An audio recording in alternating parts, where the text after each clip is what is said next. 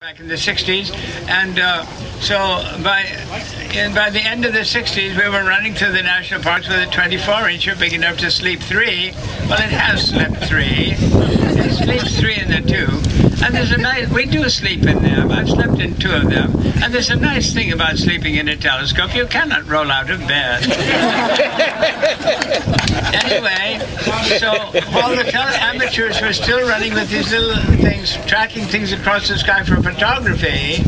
We just wanted to look at the sky. We didn't want to take pictures, so we didn't do all that fancy stuff. We just made it so it goes up and down this way and round this way. And as I've said so many times, you see, the amateurs in Oakland wanted to give me an award for public service in astronomy. So somebody sweet talks you in front of the crowd, the Dobsonian revolution, the Dobsonian revolution. So I got up and said, all the previous revolutions were run with the cannons on Dobsonian mounts. They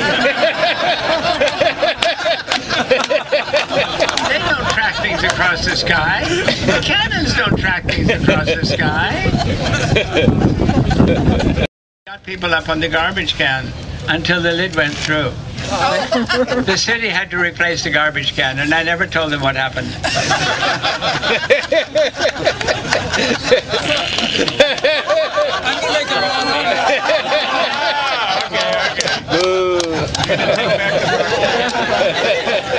George, one garbage can I'd like to say one time when I was made a very deep impression on me when I was first making a telescope. Own glass. And so I said, you're nuts. Anyway, he showed me something that I really could grind my own glass. And so we had to take care of Bob Reed when he had jaundice. And so I noticed that when we were in his kitchen, he had a glass slab on his kitchen table. I thought it was probably 6 inches in diameter and a half an inch thick.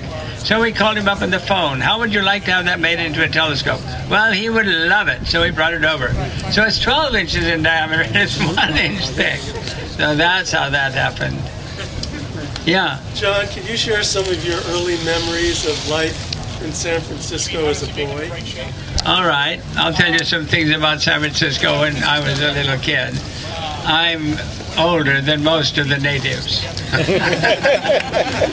And I've been here longer than most of the natives.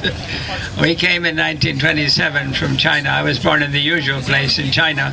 Anyway, so when we lived on 37th Avenue, in those days, in the 20s and early 30s, it was sand dunes from 20th Avenue to the beach, and from Judah to Sloat. That's about 9 or 10 square miles of sand dunes. And then they put the Sunset Boulevard through there. We lived on 37th Avenue, and they took out all the houses. There were houses only between Lincoln Way and Judah. For 2 blocks, there were houses. After that, it's sand dunes for 3 miles. Wow.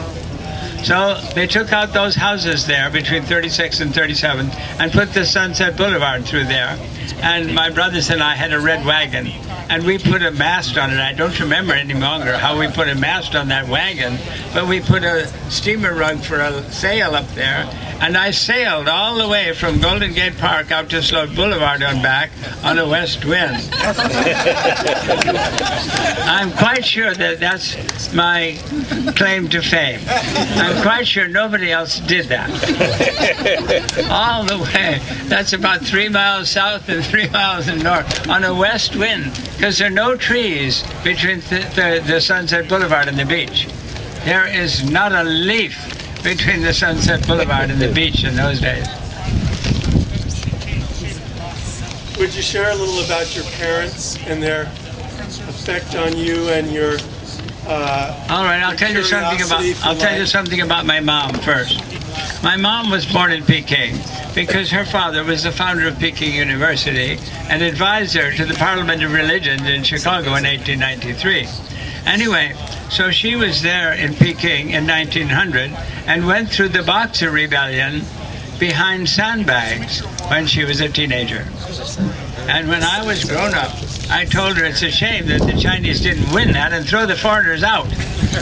Now, if you went through a war behind sandbags, it's not easy to see it that the other guys should have won it. It just doesn't look like that. Anyway, but my dad taught zoology in Peking University and married the president's daughter, and so I'm one of the kids. But you see, my dad was a zoologist, and so we knew our physics from the time we were this tall. Well, this tall. Anyway, so I have noticed, you see, that the knowledge that the American public has, see, I run telescopes to the public, and I know what the public knows and what it doesn't know.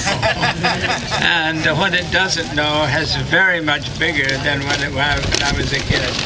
Now the people, a large proportion of the American public, think the phases of the moon are the shadow of the Earth. And I had a telescope on Haight Street, and this kid is looking at Venus, a skinny crescent way out west down near the horizon. And he said, how does the shadow of the Earth get way out there? Now, I have worked at this problem for 30 years, how to tell people that the sun's on the other side of Venus and shining on the backside, because they can see a basketball in the sun, and they can see the whole ball. And here they can't see the whole of Venus, they just see the skinny crescent. And so they have that difficulty. And so I've had trouble telling people that the sun's on the other side. And now I found out how to do it. If the sun were on our side of Venus, it would be sunny on Haight Street. That they can understand at once. Damn it all. It doesn't take any time at all. If the sun was on our side of that, it would be sunny here.